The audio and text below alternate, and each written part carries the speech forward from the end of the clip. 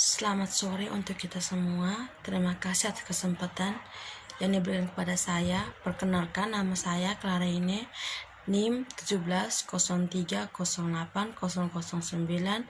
jurusan Sosiologi, kelas A, reguler sore, mata kuliah Sosiologi Terapan, Fakultas Ilmu Sosial dan Ilmu Politik, Universitas Nusa Kupang. Baik, di sini saya akan membahas buku review ke-15. Kita berada di tengah-tengah revolusi informasi dan kita baru mulai memahami implikasinya. Beberapa dekade terakhir telah menyaksikan transformasi dramatis dalam cara kita berbelanja, bank, dan tentang bisnis harian kami. Perubahan yang telah menghasilkan profesi kerekaman dan data yang belum pernah terjadi sebelumnya.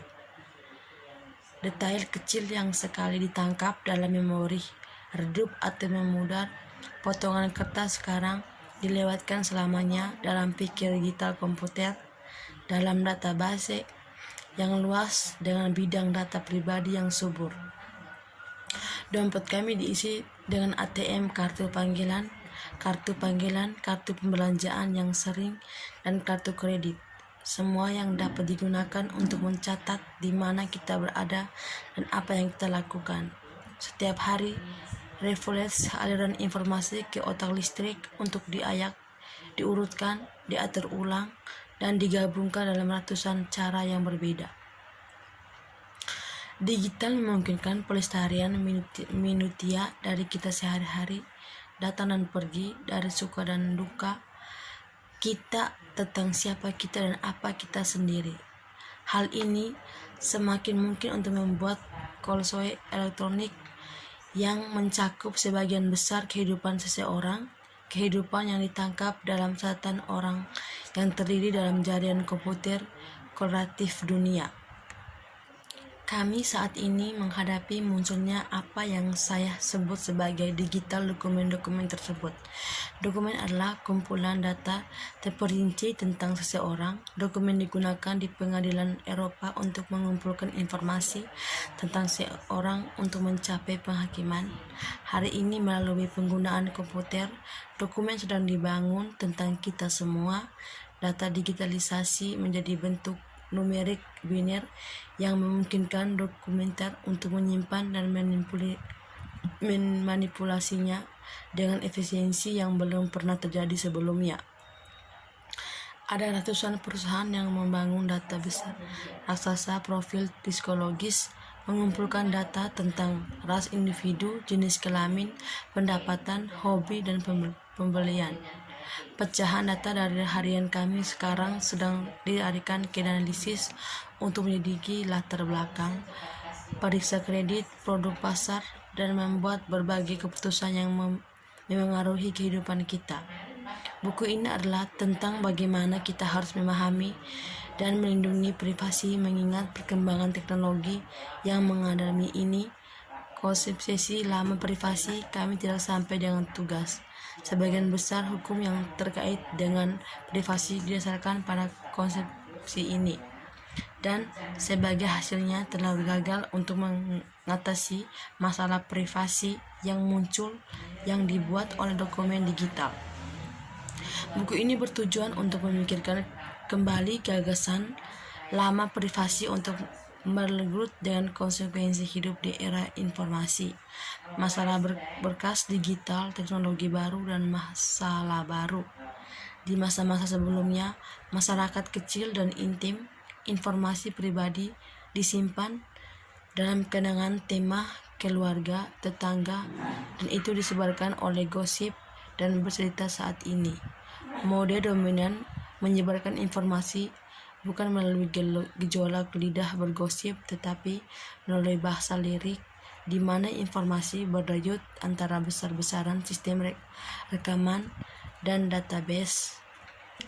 Pada data positifnya, perkembangan ini berarti bahwa individu dapat lebih mudah melarikan diri dari mata penasaran masyarakat, membebaskan diri dari norma-norma sosial yang menghambat individualitas dan kreativitas. Pada sisi negatif, serangkaian catatan yang terus berkembang dibuat tentang hampir setiap aspek dari seseorang kehidupan. Sebagai bisnis dan pemerintah semakin berbagi informasi, dokumen digital tentang hampir setiap individu sedang berkumpul.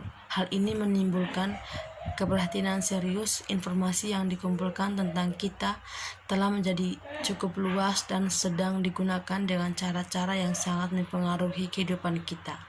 Namun kita tahu sedikit tentang bagaimana informasi sedang digunakan dan kita tidak memiliki kekuatan untuk berbuat banyak tentang hal itu. Dokumen digital dibangun dan digunakan melalui 3 jenis aliran informasi.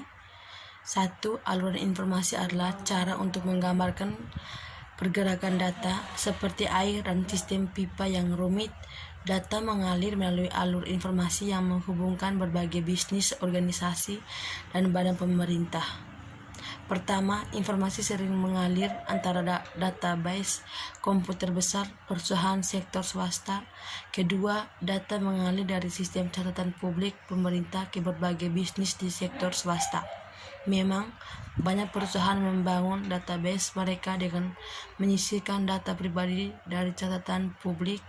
Ketiga, informasi mengalir di sektor swasta ke instansi pemerintah dan aparat penegak hukum.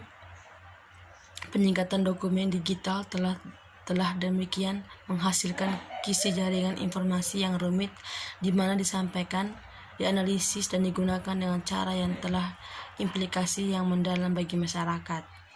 Bahkan jika kita tidak menyadari hal itu, penggunaan dokumen digital membentuk kehidupan kita. Perusahaan menggunakan dokumen digital untuk menentukan bagaimana bisnis dengan kami. Lembaga keuangan menggunakan untuk menentukan apakah akan memberikan kami kredit. Majikan berpaling kepada mereka untuk memeriksa latar belakang saat mempekerjakan. Aparat penegak hukum menarik mereka untuk menyelidiki kami, dan pencuri identitas memanfaatkannya untuk melakukan penipuan database komputer. Komputer dan dunia maya telah meningkatkan kemampuan kita untuk mengumpulkan, menyimpan, dan menganalisis informasi. Hari ini, tampaknya seolah-olah semua orang mengumpulkan informasi, media, pemberi kerja, bisnis, dan pemerintah. Perusahaan yang tak terhitung jumlahnya mempertahankan catatan Telkom, komputerisasi, preferensi, pembelian, dan kegiatan. Ada ratusan catatan yang merinci konsumsi perusahaan kartu kredit, mempertahankan informasi tentang pembelian kartu kredit seseorang. Toko video menyimpan catatan tentang penyewaan video.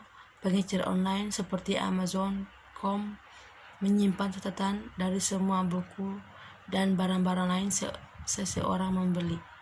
Dan ada ratusan perusahaan orang bahkan tidak menyadari bahwa mempertahankan mereka informasi pribadi, misalnya layanan VLAN, mempertahankan database sekitar. Data anak-anak dan lainnya. Ini juga memberi data tentang tingkat pendidikan, pekerjaan tinggi, berat badan, afiliasi politik, etnis, ras, hobi, dan kekayaan bersih. 3. Komputer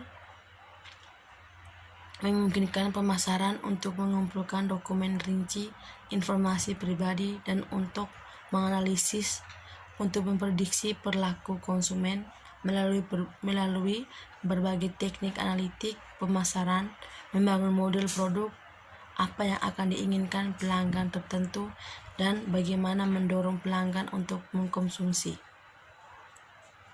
Perusahaan tahu bagaimana kita menghabiskan uang, apa yang kita lakukan untuk mencari nafkah, berapa banyak yang kita peroleh dan tidak mana kita tinggal.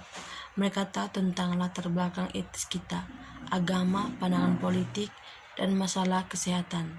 Perusahaan tidak hanya tahu apa yang telah kita beli, tetapi mereka juga memiliki ide bagus tentang buku apa yang telah kita beli, akan segera membeli, atau film yang ingin kita lihat. Catatan publik, bayangkan bahwa pemerintah memiliki kekuatan untuk memaksa individu untuk menggunakan sejumlah besar informasi pribadi tentang diri mereka, di mana mereka tinggal, nomor telepon mereka, deskripsi fisik mereka, foto mereka, usia mereka, masalah medis mereka, semua pelanggaran hukum mereka sepanjang masa hidup mereka. Nama-nama orang tua, anak-anak, dan pasangan mereka, apa sih partai politik mereka, di mana mereka bekerja dan apa mereka lakukan, properti yang mereka miliki, dan nilai yang lebih baik, dan kadang-kadang bahkan catatan psikioterapis mereka, dokter, catatan yang informasi ini ke domain publik dengan mempostingnya di internet, di mana informasi ini dapat diakses dari seluruh dunia dengan memberikan kepada setiap individu atau perusahaan yang memintanya, atau bahkan dengan menyediakan seluruh. Baik, sekian dari saya. Terima kasih banyak.